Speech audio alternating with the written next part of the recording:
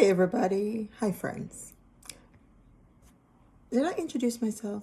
My name is Carlin, and my store is Carlin's Closet on Poshmark. Carlin's Closet with lower that lower line.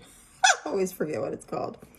Anyway, I wanted to come today and talk about seasons of life, and how I started out as a reseller. So about 7, 8 years ago, I got divorced and became a single mom because I had have 3 kids, but at that time they were younger. And so I had to transition from being a 2 income household and now a 1 income household. And it was one of the most challenging time of my life. And I have to say, even 7, 8 years later, I'm still, you know, working through some of the changes and some of the issues. So I want to talk a little bit today about changes. And changes are inevitable. It happens everywhere. And that thought was triggered today when I looked outside and I have a tree in my backyard. And the leaves are changing and it's so beautiful. It's falling on the ground. And the first thing I thought was, well, boy, it's going to be a lot of work getting all those leaves up. But then the second thing I thought, we're going through that time of year again, another season. It's evidence of another season, even though fall started, maybe a month ago. It's evidence of the change that's happening to accommodate colder weather and colder days that are ahead of us. And so change is inevitable. It's evident in our lives. It's evident. Sometimes it's beyond our control, and sometimes we need to make those changes in order to stretch and evolve and grow and become the person who we're meant to be. So life hits you in so many different ways. Either you lose someone, or it could be a marriage, it could be the death of a person that you loved. Your children are leaving and going off to start their own lives. They're going off to college. So when I look at in my own profession as a healthcare person and dealing with people who are aging, children who are trying to navigate taking care of their own kids and taking care of their parents, working, professional changes, it's always something that we're going to be confronted with that will force us to develop a coping mechanism, or sometimes what ends up happening is you wear out the mechanisms that you have in place. So it's so important to make sure that you first realize that you're not alone, that these things do happen. And secondly, that you find ways to navigate it and to survive it, because surviving requires you to make anything that's around you that you need to change so that you can get through to the next day. That's important. And secondly, that you seek help when you need it. Find a support network, a support system. There are a lot of social support systems in place, and family and friends. And if you don't have that, you can reach out to local offices of social services and see what they have that could help you. But during that time, I had to transition from always having that almost like a safety net, which was my husband, and then realizing that I didn't have that anymore. It was just me. And I was very overweight then. I would say I'm still overweight. I'm still overweight. By the books, I'm still overweight, but I feel good. But I started losing weight and I was like, I have to get my life together and I need to do it for my kids.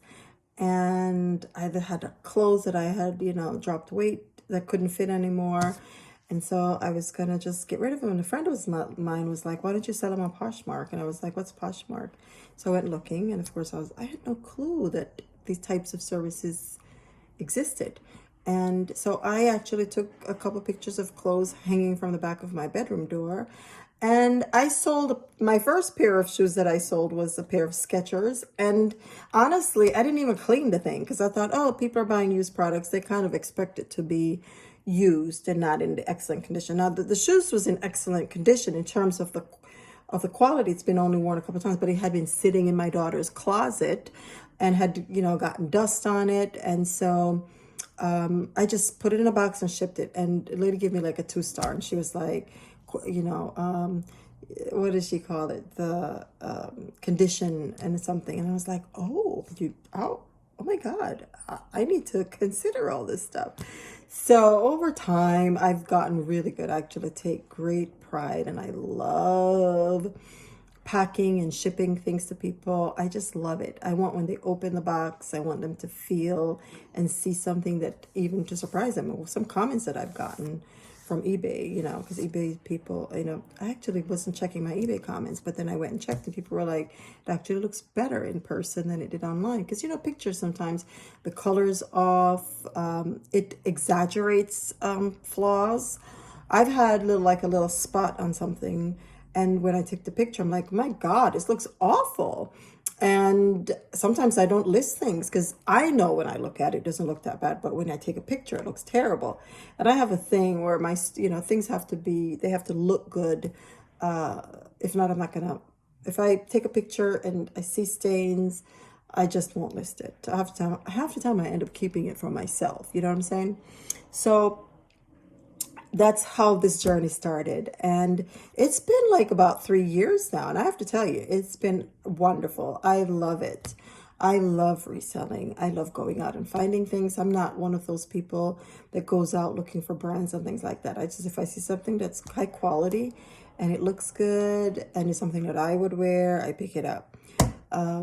So yes, I just wanted to share that with you guys today, how my journey started as a reseller, and also wanted to encourage you, you know, that if you're going through anything right now and it changes, if you're struggling as a reseller, know that it's a journey, and what you have to do is perfect your processes.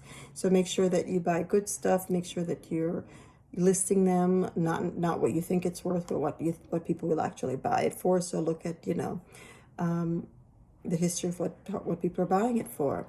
And also make sure that when you send it off to your buyer, that put some love in it, meaning make sure you don't have to go out and spend money and buy all this other stuff, okay? But make sure it's clean, make sure it smells good. Okay, I did buy something from someone and they put like fragrance stuff in it, and I'm allergic to scent, so that's not what I mean. But I mean, it shouldn't have, you know, any kind of offensive odor, okay? It should smell clean. It should smell like when a person takes it out the box, they shouldn't want to just like ditch it in the trash or something. And your shoes, make sure if you're selling shoes that you clean them up. I make sure the shoes are wiped down, that they're dusted off, that they're clean. I put inserts in, you know, not inserts like expensive inserts, but I buy like tissue paper, and I just make sure that so that the shape of the shoe is good when they receive it. So it's all about the little details and making sure that if you put the energy and focus on the details, then you'll have repeat buyers. And even if you don't have repeat buyers, you'll feel good about it. Treat your reselling business like a business. Make sure that you want it to grow and flourish. So be focused on it.